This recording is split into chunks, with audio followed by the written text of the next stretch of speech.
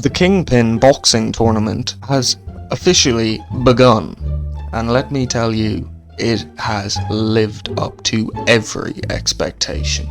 Pretty much how I predicted each and every fight would go is how it happened. It was damn worth watching it, every second I enjoyed. It really put Misfits to shame this weekend, in a spectacular way. I don't know, it was just wonderful. It was a wonderful event, a fantastic evening in boxing. So I guess we'll get straight into it. First of all, the crowd was absolutely insane for Julie Polka and Whindersson Nunes. It was unique, to say the least. There was just such an energy in the room, and when Julie won, the crowd, it was intense, very intense. Just like the fights. Pretty much each and every fight of that night was very intense and very enjoyable. Then we had Elbrook versus Danielka. That went pretty much how I anticipated it to go. Yuan had the height, so she had an advantage, but it really did not go her way. Same with Faith Ordway, which is pretty much how I thought it would go. It went pretty similarly, I'm not gonna lie. The wild punches, the windmilling swings. When Elle hits you, it hits different, and honestly I have faith that she'll come out on top. Now, a fight I would love to see is Julie Polka versus Elbrook. That would be a fight of the ages now, if you ask me. We had Barbie versus Whitney Jones, which went pretty much how I expected it to go as well. Whitney Jones, she did good.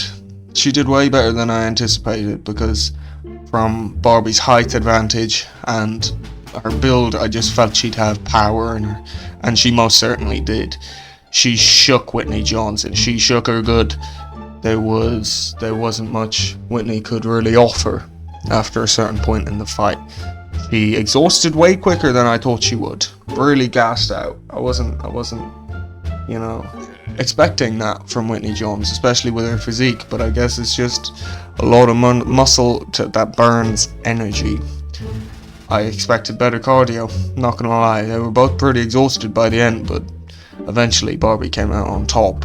Then of course there was Emily Brooke, the first fight of the evening. Emily Brooke versus Amber O'Donnell, which was again an intense fight, more of a brawl than I expected it to be. Amber O'Donnell did not want to go down easy.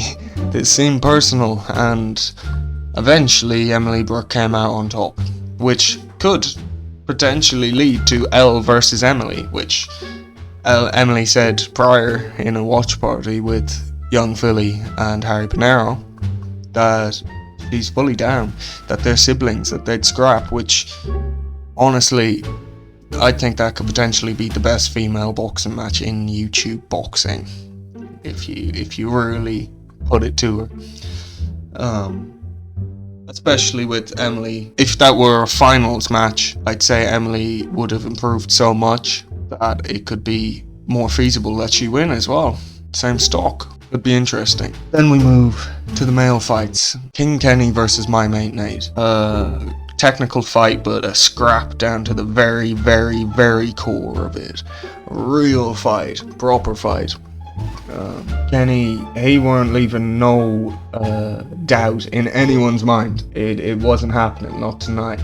He did not be gun shy like I thought he wouldn't. He came in like a dog, and he showed some of the most technical boxing I have ever seen from a YouTube boxer. It was a fantastic fight, not gonna lie. It was a fantastic fight. My mate Nate, he ain't too bad, I doubted him, but he ain't too bad. I can't wait to see him progress into this. Then we had FaZe Jarvis versus Tom Zanetti, which ended in a rather awkward fashion, I guess.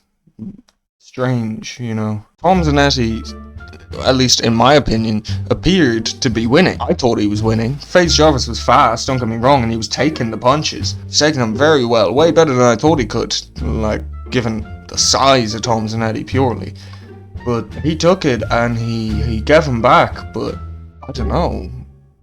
Tom Zanetti appeared to be doing very well. He did get tired, don't get me wrong. He got tired, he got hurt, and then all of a sudden, he just goes, No, it's alright, I'm done. I don't want to fight anymore. And just starts smiling and gives him the win. Literally just gives FaZe Jarvis the win. Dips his head. He's like, it's fine, I'll just be in the losers bracket of this tournament, I guess. I don't I don't quite know what happened. I'd like to know. I most certainly would like to know, but perhaps we'll see in the coming days. Then we move to Whindersson Nunes versus Filipek. Filipek was honestly alright. Not bad. He was quite good. Fair play to him. He took some punches. But Whindersson Nunes, god damn. Whindersson Nunes is a beast. Real masterful. Like real masterful. The footwork he was showing off. The accuracy, the timing. A display to the likes of KSI. And honestly, I'd like to see that fight. I think Whindersson Nunes versus KSI would be a fucking brawl. I think it would be a scrap. Because Whindersson Nunes, he does these. It's feint. Changing the angles. Messes with your man's head and flattens him. Completely. Knocks him clean the fuck down.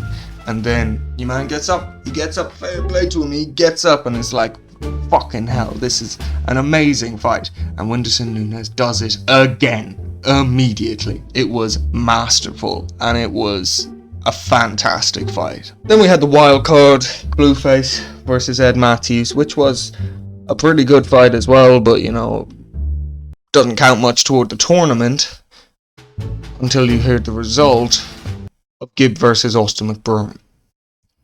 Now, Gibb versus Austin McBroom was a strange one as well, because I had anticipated it going pretty much similar to the first fight.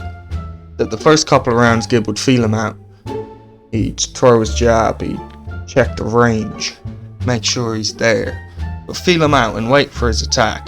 McBroom got better. He did. But all McBroom has gotten better at so far from what we've seen is running away within the rules, obviously, not just turning his back and running away like full on. He's gotten better at stepping out of range.